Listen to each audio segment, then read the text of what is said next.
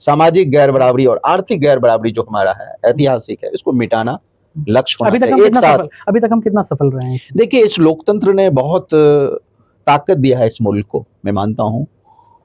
1950 में जब voting right पर संविधान सभा में बहस हो रहा था, 49 के आसपास की बात है, तो वोटिंग राइट बहुत बड़ा राइट मिला इस देश के लोगों को, जो सिटीजन को, जो हजारों हजारों हजारों बरस में कभी दो आदमी इस मुल्क में बराबर नहीं था।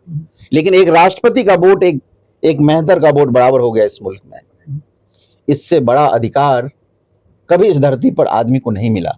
ये मुल्क तो पहले तो राजा रजवाड़ों का मुल्क था, राजा प्रजा था।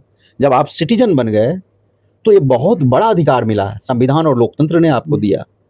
संविधान सभा में डिबेट है, जवाहरलाल नेहरू और सारे लोग कहते थे मैट्रिक पास कम से कम होना चाहिए वोटिंग राइट का, लेकिन डॉक्टर अंबेडकर ने उसको डिबेट में कहा कि नहीं, फ्रांस की क्रांति दुनिया की तमाम क्रांति की माँ है, और फ्रांस की क्रांति का निचोड़ है समता, स्वतंत्रता और बंधुत्व, लिबर्टी, इक्वालिटी और फ्रेटर्निटी।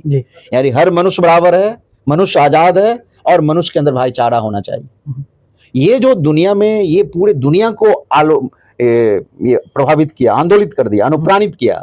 और उसके पीछे वाल्टेयर था, एक बड़े फिलोसोफर थे। तो पूरी दुनिया में बराबरी का जो विचार आया फ्रांस की क्रांति से आया।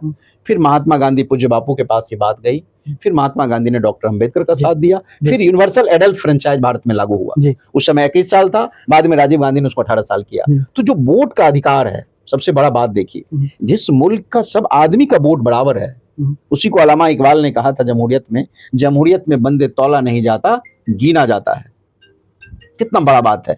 एक अरबपति और एक खाकपति, एक अदानी का वोट और एक छोटा सा खोमचा में कुछ भुज्जा बेचने वाला, मिठाई बेचने वाला, उसका वोट बराबर है।